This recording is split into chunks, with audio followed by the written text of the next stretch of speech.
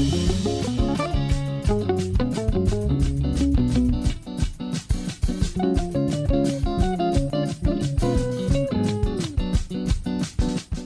evening, everyone. Welcome to tonight's special program, Anti-Semitism at the University of Toronto. My name is Rabbi Jared Grover. It's my privilege to be moderating this Zoom session. That's what it sounded like Monday night at a community panel discussion held at Beth Tikva Synagogue in Toronto on what is happening with the fight against anti-Semitism at the University of Toronto. The panel comes as student councils at least 6 Canadian campuses have passed or are about to pass new anti-Israel and pro-BDS policies over the last few weeks. So we're talking 3 at U of T, and then 1 at McGill, at Concordia, at UBC.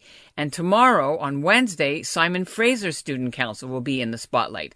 They're voting on a motion entitled Palestinian Liberation, and it not only supports all forms of resistance to fight what it calls Israeli settler colonialism, but it wants Israel to give back all of the land in the country, not just the West Bank and Gaza. You might say, well, it's just a bunch of radical university students, and that's what they do at this age, so why pay them any attention? But Jewish student leaders say that would be a mistake because it seems to them there is a renewed and highly organized effort underway by pro-Palestinian groups with help from outside the country, including the Middle East, to take over campus politics, silence Jewish voices, and more. The fact that this libel has circulated and is now dominant at McGill is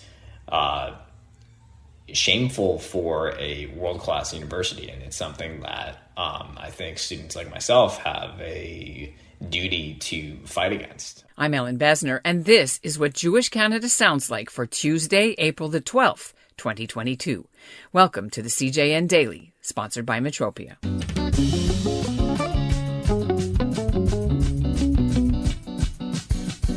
We don't know exactly how many Canadian university student councils already have BDS policies on the books, but a Canadian advocacy group for Palestinian rights called Canadians for Justice and Peace in the Middle East keeps a list on its website called BDS Endorsers.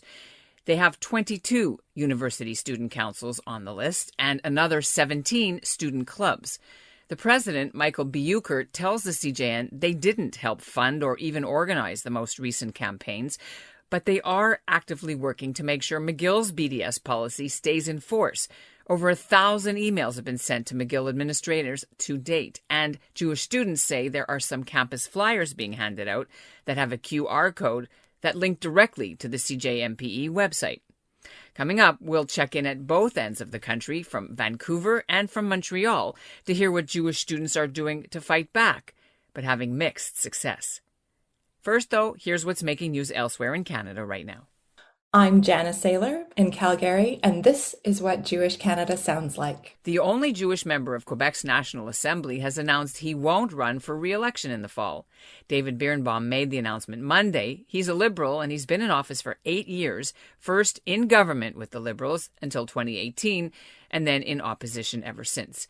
Birnbaum represents the heavily Jewish riding of Darcy McGee, which encompasses Côte Saint-Luc, Côte-des-Neiges, Snowdon, and Hampstead. He's currently been in hot water over suggesting an amendment to the controversial Bill 96 language law. The idea would have required all English CEGEP students to take at least 3 courses in French. Birnbaum now admits that idea was a mistake and that the whole bill is bad, but he says this had nothing to do with his decision to retire in October. My first guest is in Vancouver. He's Gillie Cohen. He's 22, and he now works for the Hillel office in BC. From a broader picture, it looks like there is a renewed effort happening at university campus. It was quiet for a while. Like the last 4 or 5 years, it was quiet. But now since January, even early this year, 5 or 6 universities are dealing with this. Certainly. It's a renewed effort, and there's a lot of language which intentionally tries to be palatable to a broader audience. The language of divestment and human rights discourse that's being used is they're trying to reinvigorate a movement which was once in its budding stage. The BDS movement during the early 2000s was kind of proliferating, and now in new language with a very similar mandate, it's resurfacing. And I do think that it is a national and continental initiative with a lot of organization. Like these groups, the Palestinian Youth Movement, Solidarity for Palestinian Human Rights, Samidoun Palestinian Prisoner Network, these are all groups that are aligned. They host speakers and they have continental and national ties.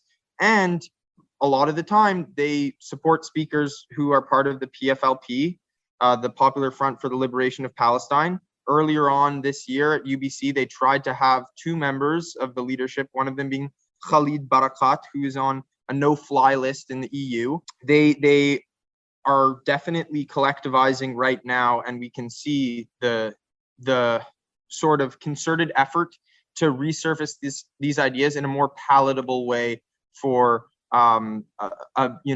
maybe individuals who aren't radical but who support the notion of human rights, so that they can use this discourse to pull them into the radical ideas that they actually hold. So it's really frustrating because the narrative is made in such a way that we think there's a peaceful Palestinian opposition to the aggressive Israeli military presence, which is just so not the case, and it really brushes over the very real and traumatic and frightening circumstances that Israelis have to live under, and that lived experience, or those lived experiences of Jews in the region, is completely silenced. It is definitely a resurgence. But from a non-campus person's point of view, who cares what a bunch of university student councils say? I wonder if you can help me explain why this renewed resurgence is important and we should be paying attention. So there's a lot of nasty precedent that I think this sets. So, and it sets for Jewish communal organization that could take place on campus, which affects, the cohort of young adult Jews. And namely, that is that in certain circumstances, specifically what we see at Simon Fraser and at McGill, is a concerted effort to boycott and to silence all groups or associations that have cultural ties to the state of Israel. This is a cultural boycott.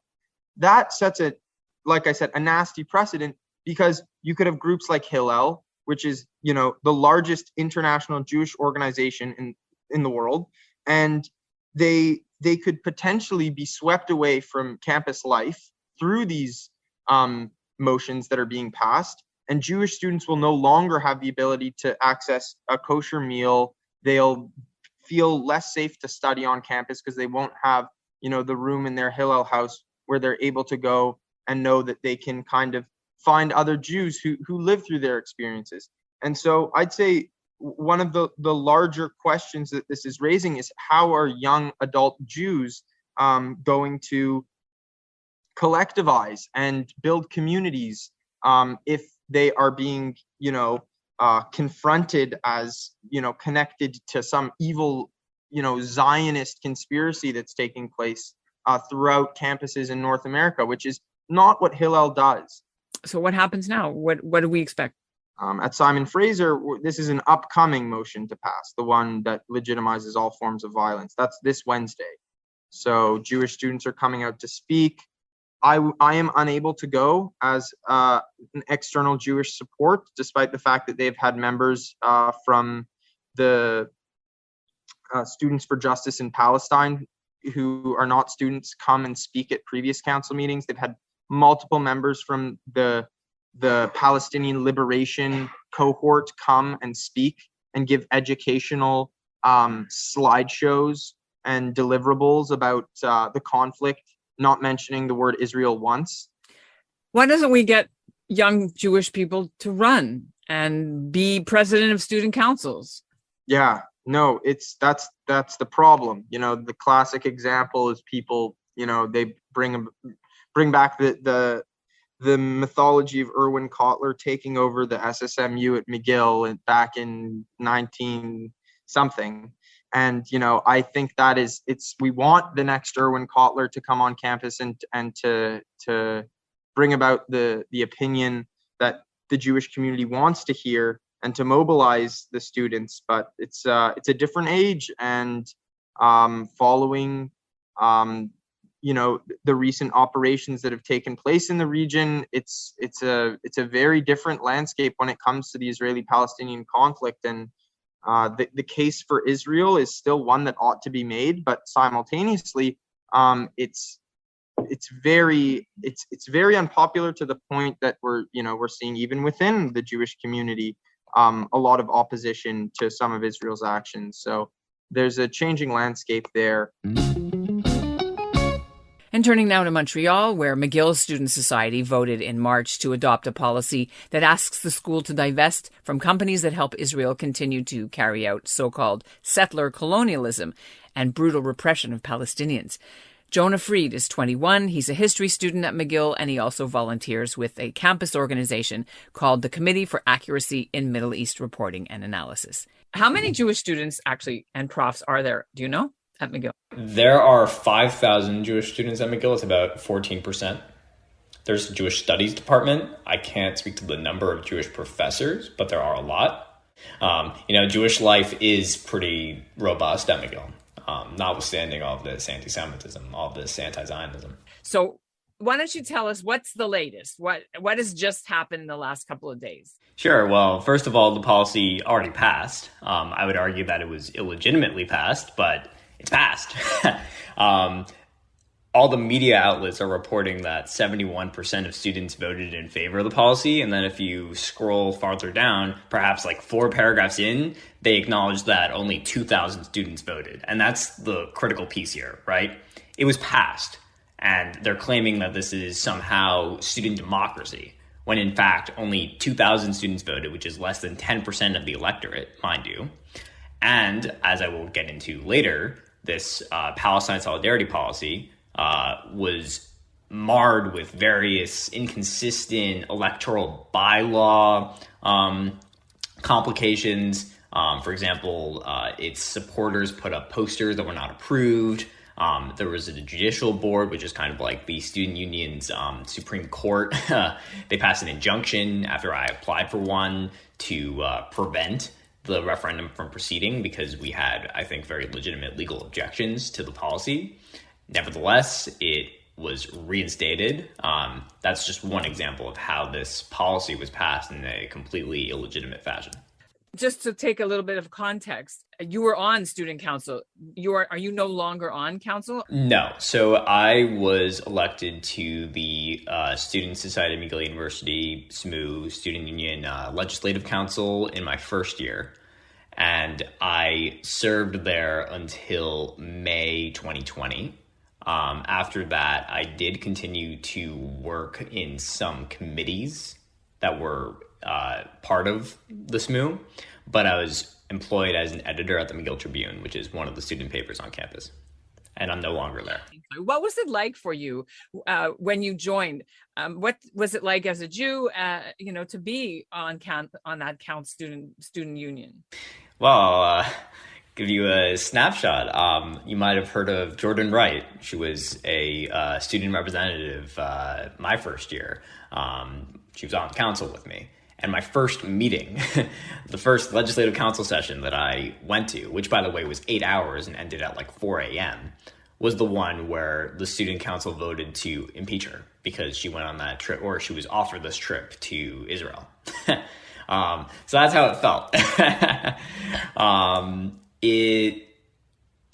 For a long time, I tried to walk a cautious line between supporting Israel, being the Zionist Jewish person that I am, and trying to fit in, represent what I thought the majority of students wanted, for example. I mean, being a student representative, for example, whatever that actually means. I mean, who knows? But also,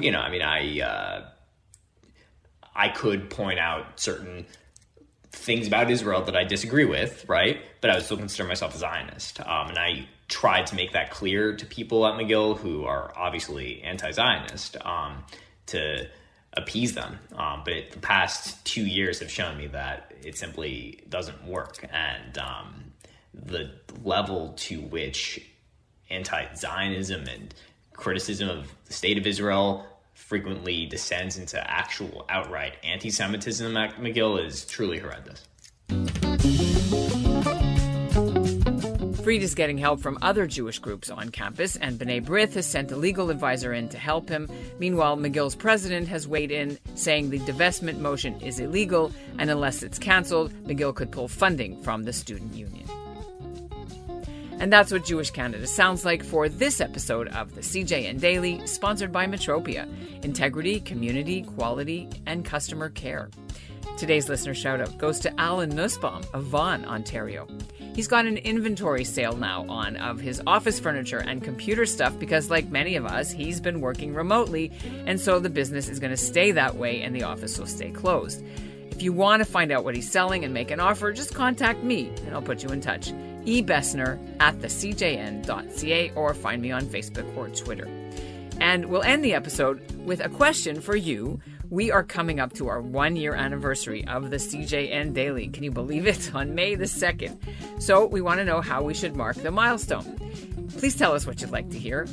Find us on Facebook or Twitter, or again, hit me up at ebessner@thecjn.ca.